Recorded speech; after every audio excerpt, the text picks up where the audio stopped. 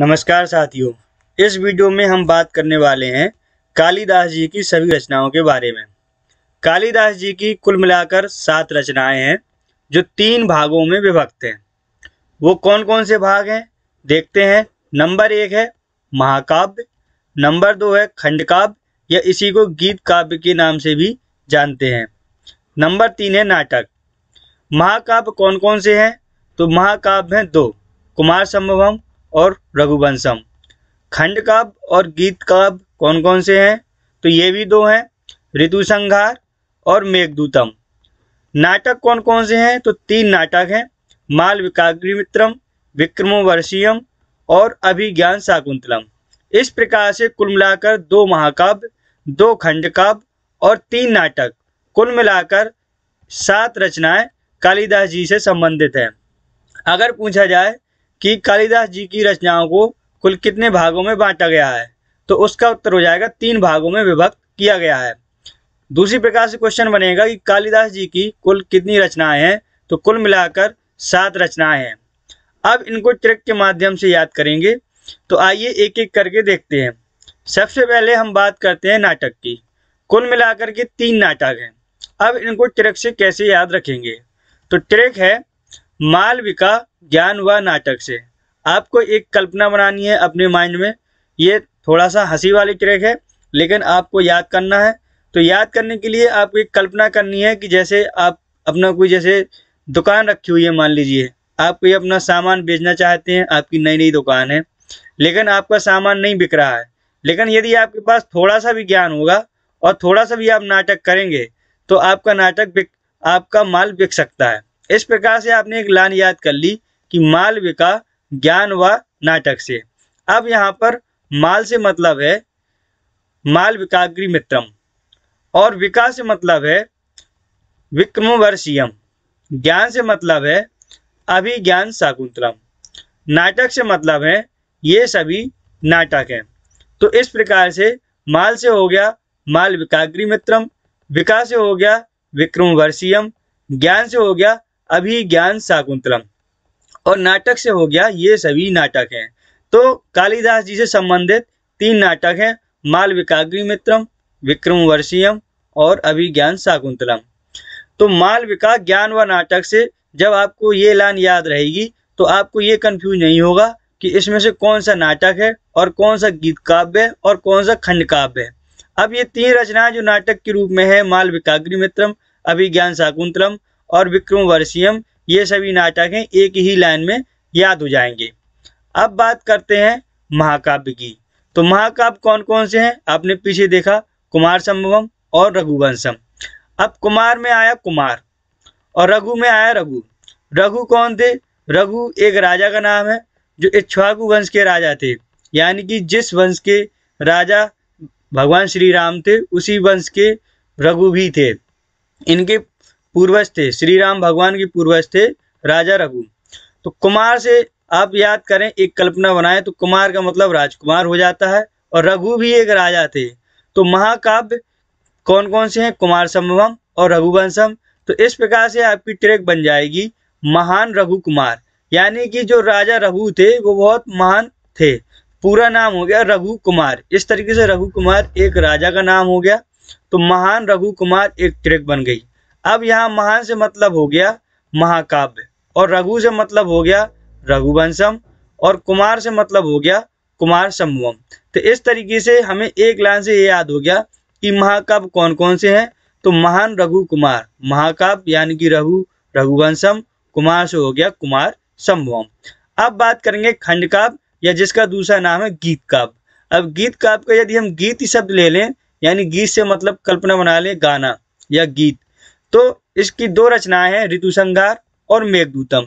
अब देखिए दोनों रचनाएं ये ऐसी हैं, ऋतु मतलब कोई भी ऋतु हो, जैसे वर्षा ऋतु, ग्रीष्म ऋतु, और मेघदूतम मतलब मेघ कब बरसते हैं, ऋतु वर्षा ऋतु में। ऋतु होगी, कोई वर्षा ऋतु होगी तभी तो मेघ बरसेंगे। तो हमें एक कल्पना बनानी है सिर्फ याद करने के लिए। इस ट्रिक का सच्चाई से कोई लेना देना नहीं है, बस आपको याद करना है। तो हमने ट्रिक याद की, वर्षा ऋतु में मेघ गाते हैं। यहाँ पर वर्षा और में और है सेंटेंस बनाने के लिए है, और ऋतु मेघ गाते हैं का मतलब है ऋतु से मतलब हो जाएगा ऋतु संहारम, और मेघदूत से मतलब मेघ शब्द का मतलब हो जाएगा मेघदूतम, और गाते हैं का मतलब से हो जाएगा गीत काव्य। यानी कि दो हैं गीत काव्य जिसको हम खंड काव्य भी कहते हैं, और वो हैं ऋतु संहार और मेघदूतम। ट्रैक है आपकी वर्षा ऋतु में मेघ गाते हैं। तो ऋतु से मतलब हो गया ऋतु संहार, और मेघ से मतलब हो गया मेघदूतम, और गाते हैं यानी कि गीत काव्य। इस तरीके से हमने ट्रिक से याद किया कि महाकाव्य कौन कौन से हैं, तो कुमार संभवम और रघुवंशम। खंड काव्य या गीत काव्य कौन कौन से हैं, तो ऋतु संहारम और मेघदूतम। ट्रिक आपको आशा करता हूँ याद हो गई होगी और समझ में भी आ गई होगी। अब हम बात करते हैं कि कौन सी रचना में कौन सी सर्ग हैं। यहाँ से कई बार प्रश्न बन जाता है। तो कुमार संभवम में 17 सर्ग हैं कुल मिलाकर के। संभवम 17, यानी कि हम यहाँ से ऐसे भी याद कर सकते हैं। हमें याद कैसे रहेगा, तो यहाँ से सा है और यहाँ 17 में भी सा आता है, तो 17 सा कुमार संभवम यानी कि 17 सर्ग है। इसके 8वें सर्ग में पार्वती शंकर की कहानी का वर्णन है, और कार्तिकेय का जन्म। कार्तिकेय कौन थे, कार्तिकेय भगवान शिव के पुत्र थे। भगवान शिव के 2 पुत्र थे, कार्तिकेय और गणेश। तो इस कुमार संभवम, कुमार भी कार्तिकेय को ही कहा जाता है। कार्तिकेय का दूसरा नाम कुमार के नाम से जाना जाता है। तो इसमें कार्तिकेय के जन्म का और तारकासुर के वध की कथा का वर्णन है। इसके बाद रघुवंशम में कितने सर्ग हैं, तो रघुवंशम में 19 सर्ग हैं। कुमार संभवम में 17 सर्ग हैं, रघुवंशम में 19 सर्ग हैं। इसमें राजा दिलीप ने वशिष्ठ के आश्रम में पुत्र प्राप्ति के लिए सेवा की, जो रघुवंश में वर्णित है। यानी कि रघुवंश जो है इसमें राजा दिलीप के बारे में वर्णन है, और वह वशिष्ठ के आश्रम में गए थे पुत्र प्राप्ति के लिए। वहां रहकर उन्होंने उनकी सेवा की थी। इसमें 31 रघुवंशीय राजाओं का वर्णन है। एक प्रश्न यहाँ से ये भी बन जाता है कि रघुवंश के या इक्ष्वाकु वंश के कुल कितने राजा हुए, तो 31 राजा हुए। रघुवंश बोले या इक्ष्वाकु वंश बोले, तो राजाओं का वर्णन है। प्रथम राजा थे दिलीप, राजा दिलीप, और जो इक्ष्वाकु वंश के अंतिम राजा थे वो थे अग्निमित्र। इनका दूसरा नाम अग्निवर्ण के नाम से भी इनको जाना जाता है। भगवान श्री राम भी इसी वंश में आते हैं। तो ये बात हुई कुमार संभवम और रघुवंशम की।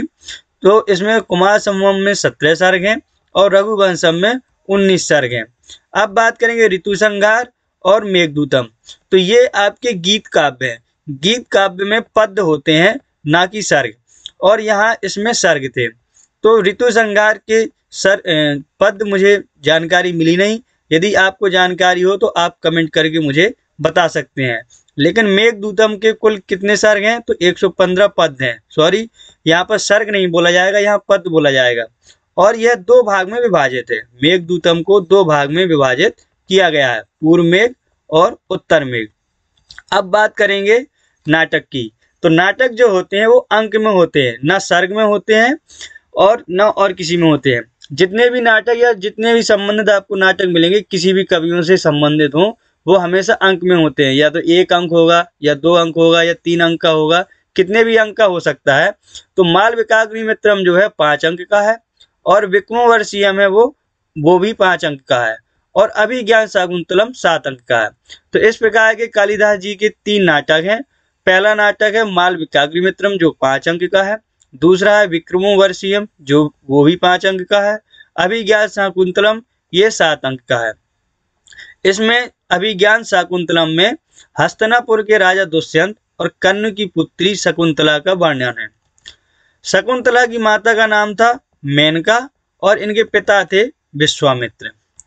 अब बात करेंगे कालिदास जी से संबंधित महत्वपूर्ण प्रश्नों की जो बार बार परीक्षाओं में आते हैं।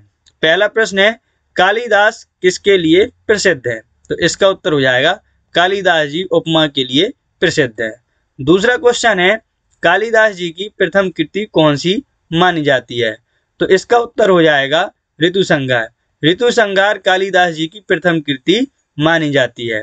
तीसरा क्वेश्चन है कालिदास जी का पहला रूपक कौन सा है, तो इसका उत्तर हो जाएगा मालविकाग्निमित्रम। मालविकाग्निमित्रम कालिदास जी का पहला रूपक है। क्वेश्चन 4 हो जाएगा कालिदास जी की कौन सी रीति है, इन्होंने अपनी जो रचनाएं की हैं किस रीति में की है, तो कालिदास जी की वैदर्भी रीति है। इन्होंने अपनी रचनाएं वैदर्भी रीति में की है।